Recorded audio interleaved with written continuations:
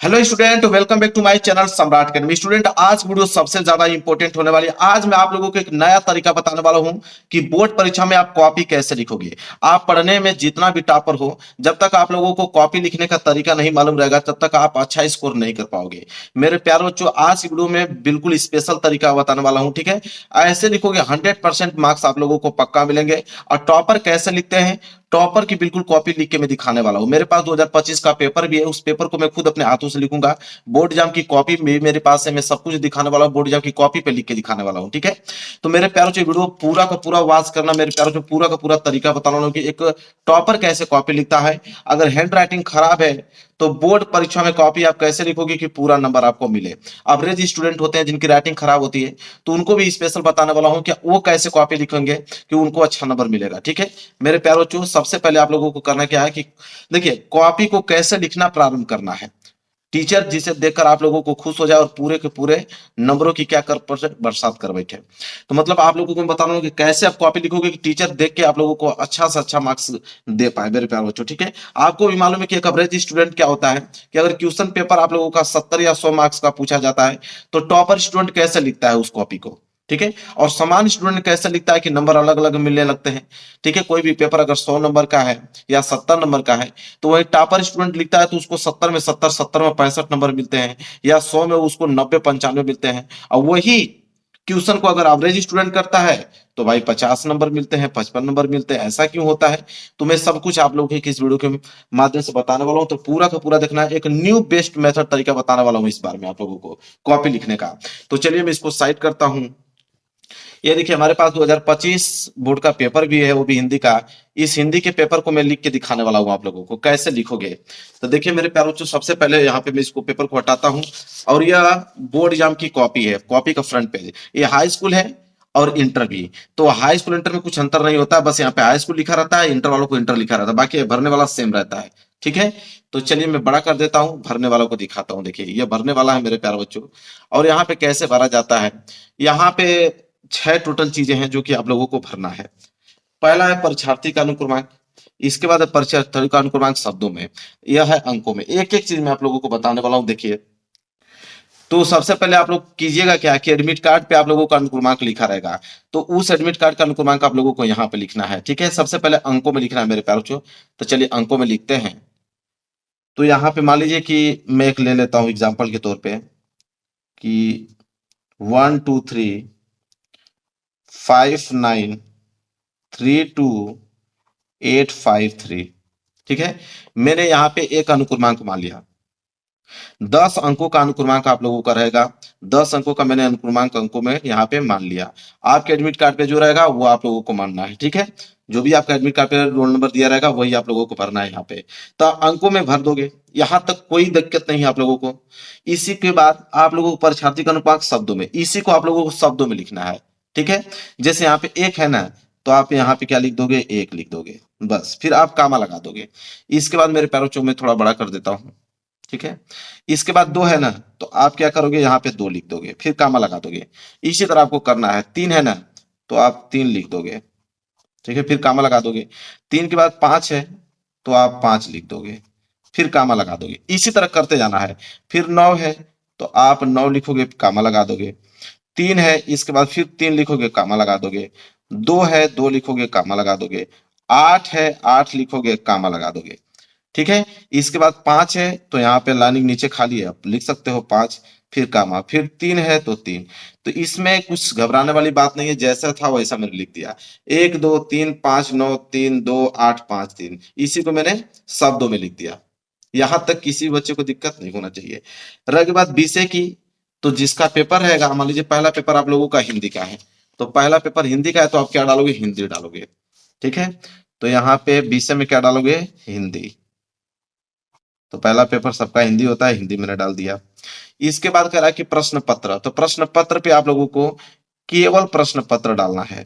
क्या डालना है, केवल प्रश्न पत्र। अब आप सोचोगे केवल, तो केवल मतलब एक होता है, तो आप लोगों का पेपर एक ही होता है, हिंदी का एक ही होगा, ठीक है। तो केवल प्रश्न पत्र डालना है। फिर इसके बाद है प्रश्न पत्र पर अंकित संकेतांक। संकेतांक क्या होता है देख लीजिए। जो ये पेपर है मेरे प्यारे बच्चों, तो पेपर में जो 801 डीडी कोड दिख रहा है, इसी को बोलते हैं पेपर संकेतांक। तो 801 डी भरना है इसमें, ठीक है। तो इस वाले बॉक्स में आप क्या भरोगे, 801 डी। तो यहाँ 801 डी यहाँ पे हमने भर दिया। इसके बाद है कि परीक्षा का दिन, तो जिस डेट को पेपर रहेगा उस डेट का देख लेना कुछ दिन कौन सा है। मान लीजिए मैं एग्जाम्पल पे सोमवार डाल देता हूँ, उस दिन आप बिल्कुल डेट वगैरह याद करके जाना कि कौन सा दिन है। एडमिट कार्ड पे लिखा रहता है वैसे। तो मान लीजिए परीक्षा का दिन सोमवार मैंने डाल दिया। परीक्षा की तिथि एवं पाली, तो परीक्षा की तिथि, ठीक है। मान लीजिए कि जिस डेट को आप लोगों का एग्जाम स्टार्ट हो रहा है, मान लीजिए कि मान लेता हूँ कि मैं 22 फरवरी को एग्जाम स्टार्ट है, तो यहाँ आप लिखोगे 22 फरवरी, फरवरी का मतलब दूसरा महीना चलता है, और 2025 डाल दिया। और पाली, हाई स्कूल वाले हो गए तो प्रथम पाली डालोगे, इंटर वाले द्वितीय पाली डालेंगे। तो हाई स्कूल वाले हो गए तो यहाँ पे प्रथम पाली, वही इंटर वाले रहोगे तो द्वितीय पाली आप डालोगे, तो प्रथम पाली इसके बाद हो गया। इसके बाद केंद्र का नाम, केंद्र का नाम मेरे प्यारों क्या होता है कि जिस स्कूल में पेपर दे रहे हो उसका नाम डालना है, जहां पे सेंटर गया है। ये नहीं कि अपने विद्यालय का नाम नहीं डालना है, जिस स्कूल में आप बैठ के पेपर दे रहे हो जहां पे सेंटर गया है उसका नाम डालना है। तो फिलहाल मैं सम्राट एकेडमी डाल देता हूँ, सबका अलग अलग जाता है तो अपना डाल लीजिएगा, ठीक है। देख कर एडमिट कार्ड पे कि सेंटर नेम कहाँ है आप लोगों का, तो सम्राट एकेडमी डाल दिया। इसके बाद ये सारी चीजें वो भरेंगे, कक्ष निरीक्षक भरेंगे। बस इतना ही काम करना होता है मेरे प्यारे बच्चों, ठीक है। यहाँ तक किसी भी बच्चों को डाउट नहीं होना चाहिए। इतना काम कर दिए, काम आपका बन गया। इसके बाद जो पेपर मिलता है मेरे प्यारे बच्चों, पेपर भी आप लोगों का अनुक्रमांक यहाँ पे अपना डाल लीजिएगा और यहाँ पे अपना नाम डाल लीजिएगा, ठीक है। ये दो चीज आपको जरूर से जरूर काम करना है, क्योंकि कक्ष निरीक्षक इसको चेक करते हैं। तो अनुक्रमांक और नाम जरूर से जरूर डाल लीजिएगा। चलिए मेरे प्यारे बच्चों, अब देखिए क्या करेंगे। अब ये पहला पृष्ठ यहाँ पे इस तरह हम लोग यहाँ पे पलटेंगे। अब पहला पृष्ठ यहाँ पे आ गया मेरे प्यारे बच्चों, ध्यान से समझना, ये है पहला पृष्ठ, ठीक है। क्या करना है मैं सब कुछ आपको बताता हूँ। पहला पृष्ठ पे मैंने यहाँ पे मेरे प्यारे बच्चों लाइनिंग खींच रखा है, ठीक है, आप देख रहे हो। तो आप में लाइनिंग खींचा नहीं रहेगा, ठीक है। आप में लाइनिंग खींचा नहीं रहेगा तो आप सबसे पहले स्केल की सहायता से लाइनिंग खींचोगे। यह काम सबसे पहले आपको करना है। ये खींचा हुआ नहीं रहेगा, ठीक है। आपको सबसे पहले यहाँ पे खींचना है। देखिए मैं इसको खींच रहा हूँ फिर से, ठीक है। तो आपको भी काम ये करना है, सबसे पहले हर एक पेज पे आप लोगों को ये वाली लाइनिंग खींच लेना है, ठीक है। तो लाइनिंग खींच लीजिएगा। सबसे पहले लाइनिंग खींचने के बाद एक काम कीजिएगा, ठीक है मेरे प्यारे बच्चों सभी से, कि यहाँ पे जो कॉर्नर आपको दिख रहा है, यहाँ पे कॉर्नर, कॉर्नर में यहाँ पे रोल नंबर आप एक हेडिंग बना लेना। क्या बना लेना, roll number. Roll number heading बनाने के बाद हर एक पेज पे आप लोगों को रोल नंबर आपको डालना है। हर एक पेज पे आप लोगों को रोल नंबर मेरे प्यारे बच्चों डालना है। 10 अंकों का रोल नंबर यहाँ पे आपको फिलअप कर देना है हर एक पेज पे। ये काम जरूर कीजिएगा। इसके बाद मेरे प्यारे बच्चों, पेपर देखिए कहाँ से स्टार्ट होता है, पेपर यहाँ से स्टार्ट होता है, ठीक है। पेपर सबसे पहले खंड ब करेंगे, क्योंकि खंड अ में तो ऑब्जेक्टिव क्वेश्चन आता है। खंड अ में मेरे प्यारे बच्चों ऑब्जेक्टिव क्वेश्चन आता है, और ऑब्जेक्टिव क्वेश्चन के लिए OMR शीट रंगना होता है। तो कॉपी में तो खंड ब ही किया जाता है ना, तो खंड भी 50 नंबर का आता है। अब कैसे किया जाता है देखिए ध्यान से। खंड ब वाले प्रश्नों को हम लोग कॉपी में कैसे लिखेंगे उसको सीखने का प्रयास कीजिए। देखिए प्रश्न उत्तर संख्या 21 है मेरे प्यार बच्चों। देखो जब भी आप लिखने जा रहे हो तो खंड ब, वर्णात्मक प्रश्न, प्रश्न उत्तर संख्या, ये डालना बहुत ही ज्यादा जरूरी है। तो सबसे पहले इसको मैं हटाता हूं, सबसे पहले यहाँ पे हम लोग डालेंगे, ठीक है। देखिए ध्यान से, पहली हेडिंग हमारी क्या रहेगी, सबसे पहले रहेगा खंड ब। क्या रहेगा मेरे प्यारे बच्चों, खंड ब स्टार्ट कर रहे हैं ना, तो यहाँ पे आपकी मेन हेडिंग रहेगी खंड ब। खंड ब जो है मेन हेडिंग रहेगा। खंड ब मैंने मेन हेडिंग बनाकर इसके नीचे अंडरलाइन कर दिया। देखिए खंड ब, खंड ब के बाद वर्णनात्मक प्रश्न कर रहे हो ना, तो यहाँ पे एक लाइन छोड़ने के बाद आप डालोगे वर्णनात्मक प्रश्न।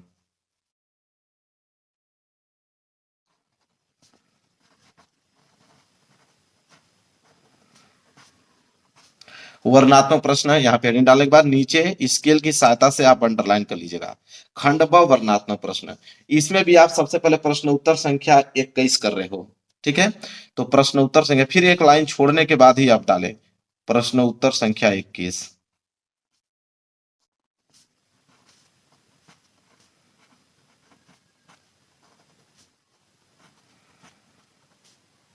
ठीक है, देखिए प्रश्न उत्तर संख्या मैंने 21 डाल रखा है, इसको अंडरलाइन कर लीजिएगा स्केल की सहायता से, नीचे दिखने में अच्छा लगेगा। ये तीन चीजें आपको डालना है, खंड ब, वर्णात्मक प्रश्न, प्रश्न उत्तर संख्या 21। ये तीनों एक एक लाइन बीच में गैप छोड़ के आप लोगों को लिखना है। इसके बाद फिर हम लोग पेपर देखेंगे कि क्वेश्चन क्या पूछा है।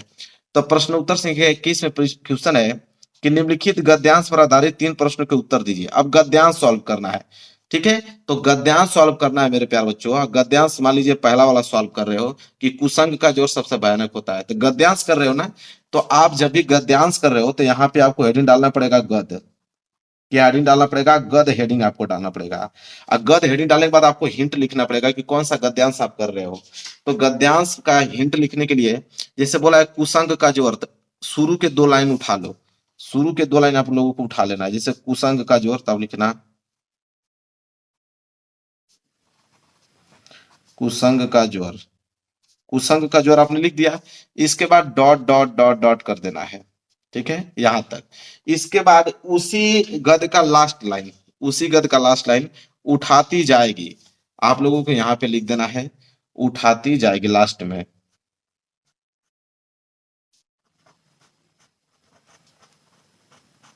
उठाती जाएगी खड़ी पाई।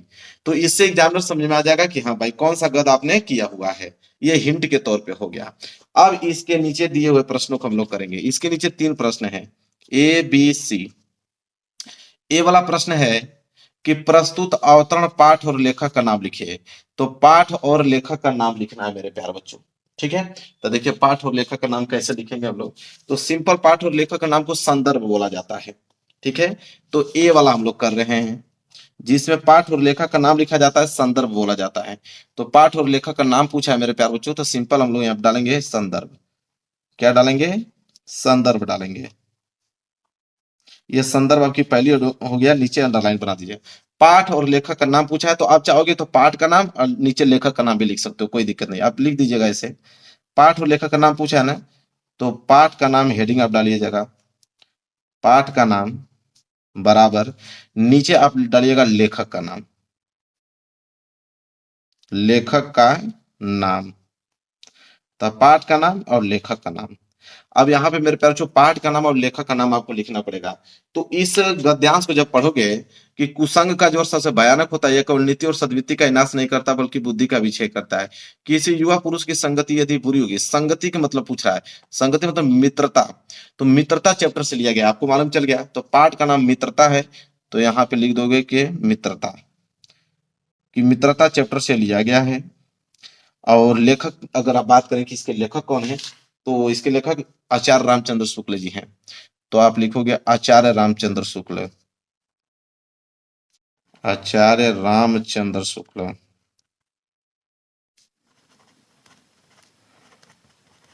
आचार्य रामचंद्र शुक्ल, बस हो गया। मित्रता चैप्टर से लिया गया, आचार्य रामचंद्र शुक्ल जी हैं। यह हो गया संदर्भ, ठीक है। इसके बाद एक लाइन छोड़ोगे, बी वाला पार्ट करोगे। अब बी वाला क्वेश्चन पढ़ोगे, बी वाला पूछा क्या है। तो बी वाला पूछा है यहाँ पे कि रेखांकित अंशों की व्याख्या कीजिए। मतलब जहां पे अंडरलाइन किया गया है कि यह केवल नीति और सद्वृत्ति का विनाश नहीं करता बल्कि बुद्धि का विक्षय करता है, इसका व्याख्या बताना है। तो रेखांकित अंश की व्याख्या, तो आपकी हेडिंग रहनी चाहिए रेखांकित अंश की व्याख्या।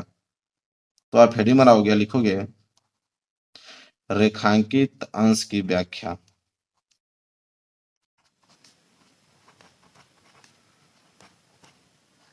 रेखांकित अंश की व्याख्या, ठीक है। और इसके नीचे आप स्केल की सहायता से अंडरलाइन कर दीजिएगा, ठीक है, ताकि दिखने में क्या लगे, अच्छा लगे। देखिए अच्छा लग रहा है। अब रेखांकित अंश की व्याख्या आप लोगों को करना है, तो उसी का हम लोगों को व्याख्या करना है। तो लिखेंगे हम लोग व्याख्या कैसे। तो चलिए व्याख्या लिखते हैं। व्याख्या लिखेंगे मेरे प्यारे बच्चों, शुक्ल जी कहते हैं,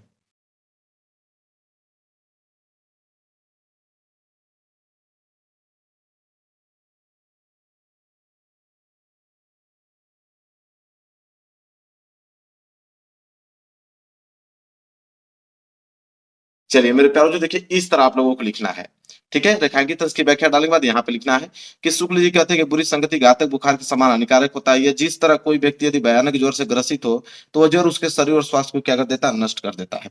तो ऐसे आप लोगों को रेखांकित अंश की व्याख्या डालकर इस तरह लिखना है प्रॉपर वे में। अब यहाँ पे पेज आपका भर गया, तो पेज भर गया। अब एक प्रश्न बाकी है सी वाला करना, तो कोई दिक्कत नहीं, इस पेज को आप फिर इधर पलट दोगे। चलिए इस पेज को मैंने यहाँ पे पलट दिया। अभी एक प्रश्न बाकी ही है, सी वाला तो बाकी है, पेज भर गया था मेरा, कोई दिक्कत नहीं है। तो सी वाला बाकी है, तो इधर पलटने के बाद आप एक लाइन छोड़ने के बाद आप सी वाला डालोगे, और सी वाला प्रश्न क्या है उसको देखोगे। तो सी वाला प्रश्न पूछा है कि युवा पुरुष की संगति के बारे में क्या कहा गया है। तो अब इसके बारे में भी हम लोगों को लिखना पड़ेगा। तो इसका आंसर यहां लिख देंगे सी वाला का, ठीक है, कि युवा पुरुष की बुरी संगति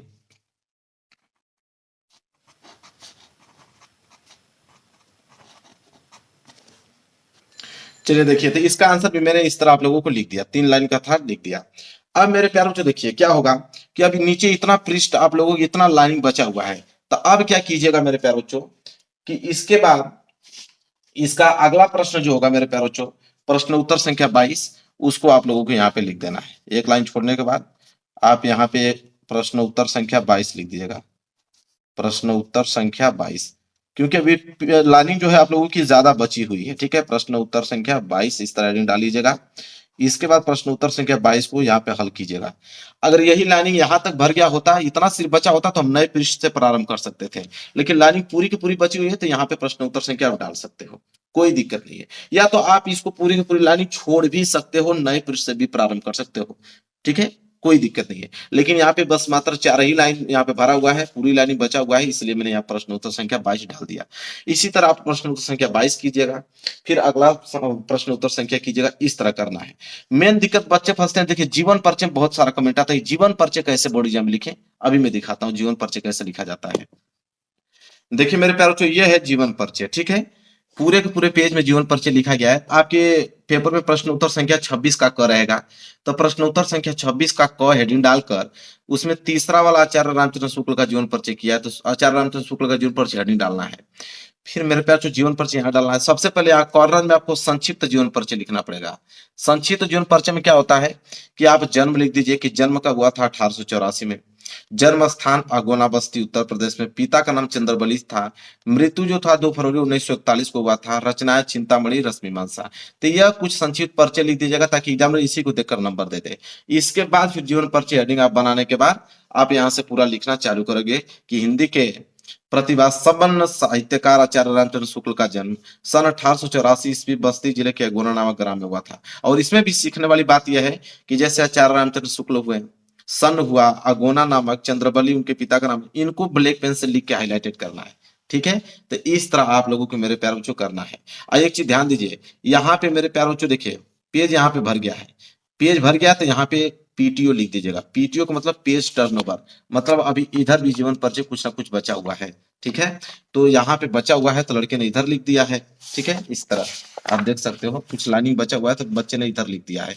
तो इसी तरह काम आपको करना है, कुछ चीजें बच जाए तो आप लोगों को मैं दिखा देता हूँ पूरा। देखिए बहुत सारी चीजें बचे था, तो पीटीओ लिखकर इधर बच्चे ने किया है, रचनाएं भी इधर किया है, ऐसे लिखना है। इसी तरह मेरे प्यारे बच्चों ये कवि का जीवन परिचय है, प्रश्न उत्तर संख्या 26 का ख। तो कवि का देखिए सूरदास जी का जीवन परिचय देख लीजिए, आप अच्छे से देख लीजिए। सूरदास का जीवन परिचय सेम वही जीवन परिचय दिन डाला गया है। संक्षिप्त परिचय में ये सारी चीजें लिख दीजिए कि जन्म सूरदास का कब हुआ था, 1478 में, जन्म स्थान रूनकता, पिता का नाम पंडित रामदास सारस्वत, मृत्यु 1583 में, रचना सूर सागर साहित्य लहरी। इतना लिखने के बाद मेरे प्यारे बच्चों जीवन परिचय डालने के बाद फिर वही चीजें लिखना चालू कर दीजिए। ठीक है, क्लियर है मेरे प्यारे बच्चों। देखिए अब यहाँ पे क्या है कि यहाँ पे पीटीओ नहीं लिखा गया, तो यहाँ पे आपको पीटीओ लिख दीजिएगा, पेज टर्नओवर। ठीक है, पेज को पलटिए इधर, तो कुछ चीजें बच गया है तो कोई दिक्कत नहीं, कोई चीज बच गया तो आप इधर लिख दीजिएगा कुछ चीजें। ठीक है, कुछ चीजें इधर लिख दीजिएगा, ये रचनाएं हैं। समझ में आ गया आप लोगों को, ऐसे लिखा जाता है। अब कुछ चीजें मैं बताने वाला हूं जो बोर्ड एग्जाम में ध्यान रखने वाला योग्य है, उसको आप ध्यान से समझिए। ठीक है, देखिए कुछ चीजें मैं बताने वाला हूं, उसका ध्यान, विशेष ध्यान आप लोगों को रखना है। तो यह है कि आपको बोर्ड पेपर में किस पेन का यूज करना है मेरे प्यारे बच्चों। सबसे ज्यादा इंपॉर्टेंट है कि कौन सा पेन का यूज करें, तो जिससे आपकी राइटिंग अच्छी बैठती हो उसका आप इस्तेमाल कर सकते हो। बहुत सारे बच्चे जो लिखता हूं वही पूछते हैं, मैं दिखा देता हूं। देखो रोरिटो का फाइबर पॉइंट ये पेन है। ठीक है, बहुत सारे बच्चों को कमेंट आता है कि आप किस पेन से लिखते हैं, रोरिटो का फाइबर पॉइंट पेन है। तो जिस पेन से आपकी राइटिंग अच्छी बैठती हो उस पेन का यूज कीजिएगा। बस इतना याद रहे कि उसको 10 दिन पहले से उसको आप लिखना प्रैक्टिस कीजिएगा ताकि पेन अच्छे से चल पाए। क्वेश्चन पेपर में कोई भी प्रश्न ना आता है तो उसका उत्तर आप कैसे लिखोगे मेरे प्यारों चो, इस पे वीडियो ऑलरेडी बन चुकी है, फिर भी मैं बता देना चाहूंगा, कोई प्रश्न नहीं आ रहा है उसको लिखने का प्रयास कीजिए। कीवर्ड को पकड़िए, कीवर्ड, कोई भी प्रश्न नहीं आ रहा है, कीवर्ड पकड़िए, उसको बनाकर लिखिए, लिखिए लिखिए, छोड़ना नहीं है उसको, अब बिल्कुल साफ लिखिए, उस पर गलत नहीं लिखना है, मतलब काट पीट नहीं करना है, जो भी लिख दिया उसको लिख दिया, भले ही गलत आपने लिख दिया। इसके बाद मेरे प्यारों चो बोर्ड परीक्षा में कॉपी में कभी भी गलत चीजें ना लिखें, कभी भी आप बनाकर लिखिए, कोई चीज अलग अच्छी बात है, लेकिन जैसे आत्महत्या, गालियां, कस्में, प्रेम पत्र, धार्मिक चिन्ह, ये सारी चीजें का यूज आप लोगों को करना ही नहीं है बोर्ड एग्जाम में। ये बात आप विशेष याद रखना, बनाकर लिख दो, कुछ भी लिख दो, नंबर आपको दे दिए जाएंगे। ये सारी चीजें लिखोगे तो फेल होने का भी चांस है, और नंबर तो जो कटेगा उसका बात ही अलग है। तो ये काम आप लोगों को नहीं करना है। इसके बाद आप विशेष बात याद रखें कि बोर्ड परीक्षा में प्रश्नों को सीरियल से करने की कोशिश करें। मतलब प्रश्न उत्तर संख्या पहला, दूसरा, तीसरा, चौथा, जितना हो सके सीरियल करने का प्रयास करें। प्रत्येक खंड को नए पृष्ठ से आप प्रारंभ कीजिए। कोई भी खंड स्टार्ट हो रहा है, खंड क आपने कर दिया, खंड ख करने वाले हो, उसको नए पृष्ठ से आप प्रारंभ कीजिए। ठीक है, यह काम आपको करना है। और एक चीज और मैं बता दूं कि शुरुआत के 2-3 पेज पर काट पीट बिल्कुल ना करें, साफ सुथरा कॉपी ले, ये बात आप बिल्कुल याद रखिए। कम से कम 2-3 पेज तो आप लोगों को बिल्कुल साफ सुथरा लिखना है। उन्हीं प्रश्नों को कीजिए जो प्रश्न आपको पहले आ रहे हैं, उनको कीजिए, बिल्कुल काट पीट नहीं, साफ सुथरा आप लोगों को करना है। तो यह है बेस्ट तरीका। कोई भी टॉपर है मेरे प्यारों को उठाकर देख सकते हो, कॉपी ऐसे ही लिखेगा, आपको ऐसे ही कॉपी लिखेगा मेरे प्यारों चो, ऐसे ही लिख के आना है। सारी चीजें मैंने बता दिया मेरे प्यारों चो। बस आप लोग वीडियो को लाइक कर देना, चैनल पर नए हो चैनल को जरूर सब्सक्राइब कर लेना। मिलेंगे एक प्यारे से नेक्स्ट वीडियो में, तब तक के लिए धन्यवाद।